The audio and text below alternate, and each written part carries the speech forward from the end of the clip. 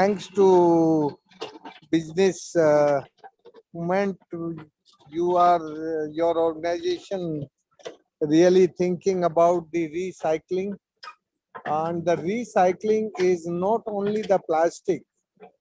The recycling now needed to uh, our uh, uh, our all waste what we produce.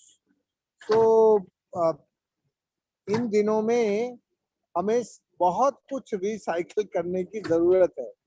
Recycle का मतलब है कि हम जो इस नेचर में दूषित चीजें पैदा कर रहे हैं उनको कैसे रिसाइकल करके उनका पुनर्चक्रण करके हम यूज कर सकते हैं।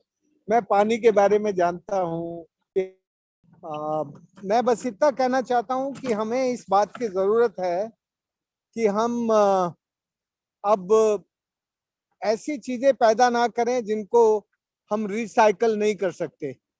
प्लास्टिक ऐसी चीज है जिससे हमारी जमीन और जीवन सब कुछ बिगड़ रहा है, और ये जो हमारा लाइफ स्टाइल बहुत सारी चीजों के प्रति ऐसा बनता जा रहा है कि जो प्रकृति में पहले जो प्रकृति पैदा करती थी उसको प्रकृति अपने आप डाइजेस्ट भी कर लेती थी, लेकिन अब हम हमारे जीवन में उन सब चीजों को यूज कर रहे हैं जिनको हम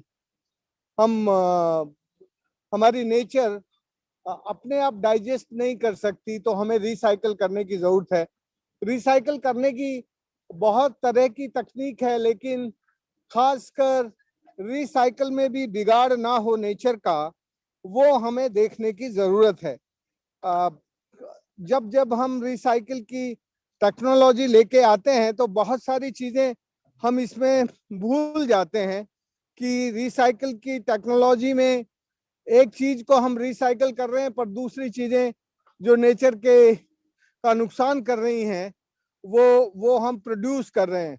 तो हम यदि यूं देखने की कोशिश करें कि नेचर में कुछ भी ऐसा नहीं है जो उपयोगी ना हो, सब कुछ उपयोग करने के लायक है, बट वो उपयोग हम नेचर का बिगाड़ किए बिना कैसे उपयोग कर सकते हैं, उसी को मैं रिसाइकल मानता हूं।